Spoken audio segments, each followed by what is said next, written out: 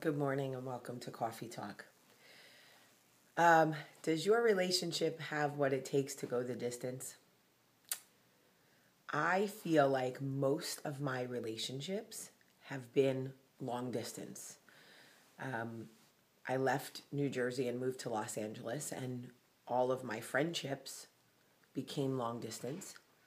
I met Michael and dated him from LA. He was in Alabama. Once again, long distance. And then I moved to Alabama and left my friends in Los Angeles and still my friends in New Jersey. So again, long distance. My family, long distance. Almost everybody that I love, I am in a long distance relationship with. Yet I have managed, for the most part, to keep these relationships going. So I feel like I may have something to contribute to those of you who are in long distance relationships, whether they're friendships, family relationships, or romantic relationships. Okay, being in a relationship with Michael long distance was a little bit tricky because Michael and I are very different. Michael is not and never will be the phone sex kind of guy. So when you are in a committed relationship with somebody who doesn't equate technology with sex, you're celibate, essentially. So if you're in the relationship for a year together and it's long distance, when you're not together, you're not having sex. So if you are committed, know that. Distance is not what becomes an issue in a long distance relationship. Communication, commitment, and trust are what become the issue. See, people think it's the actual distance, but it isn't. Michael and I made a few agreements when we decided to be committed. Ironically, we didn't decide to be committed in our relationship until we were in a long distance relationship. I don't know why we did it that way, but it worked.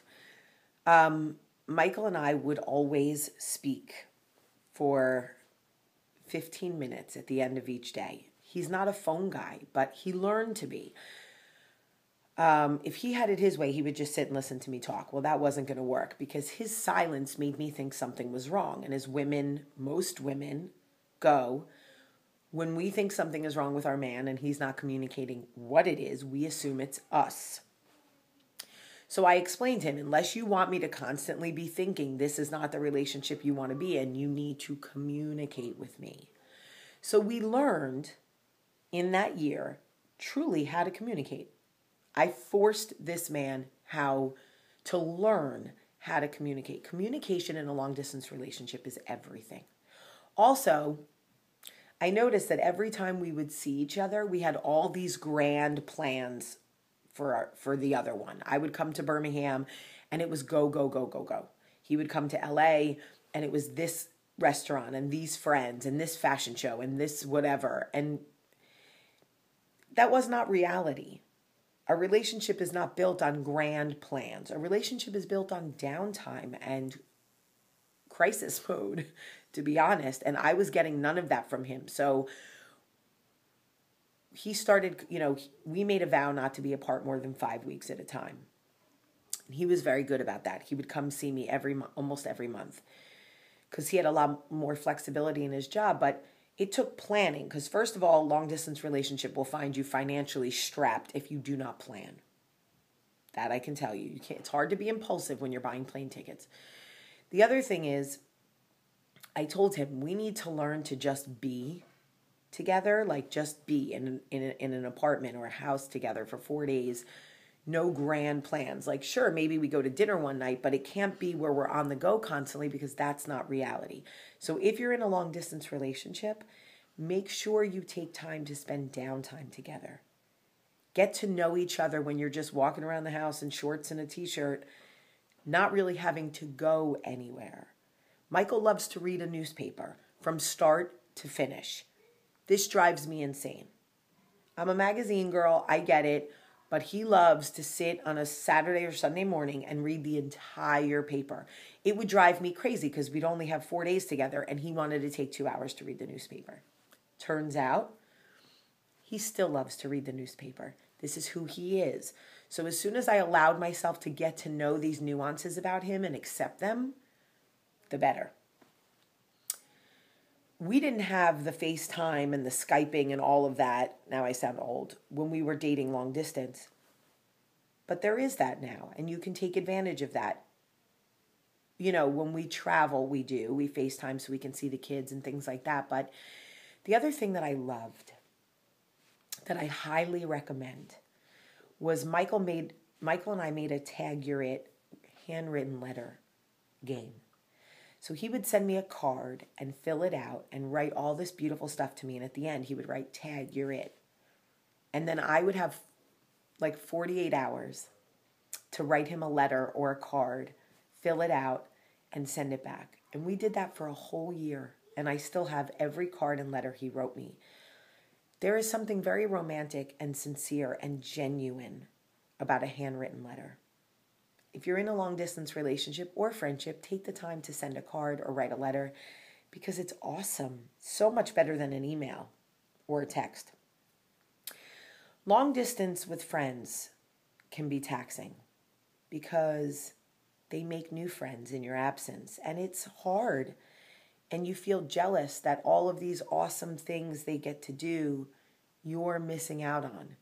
And if your relationship has been strained long enough, sometimes those nuances and jealousies will eventually separate you. But I have been in long-distance friendships long enough to know that they can work. One thing I find is if both people are on the same page and both people are willing to make the effort, you need that.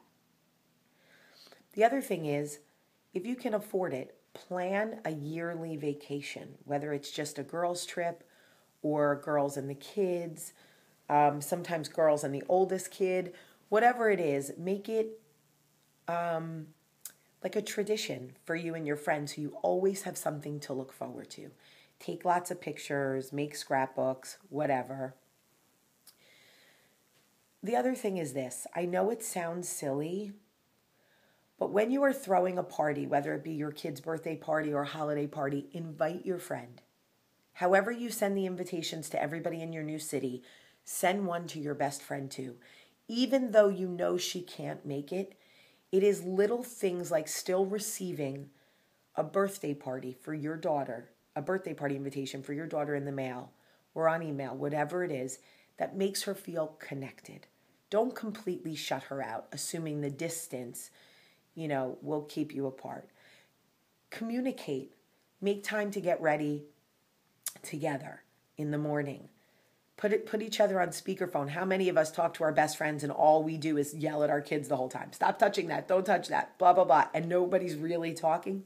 Who cares? It makes you feel connected. It's awesome. And, ideally, we'd all be in the same city forever and ever with everybody we love, but we all know that's not always possible.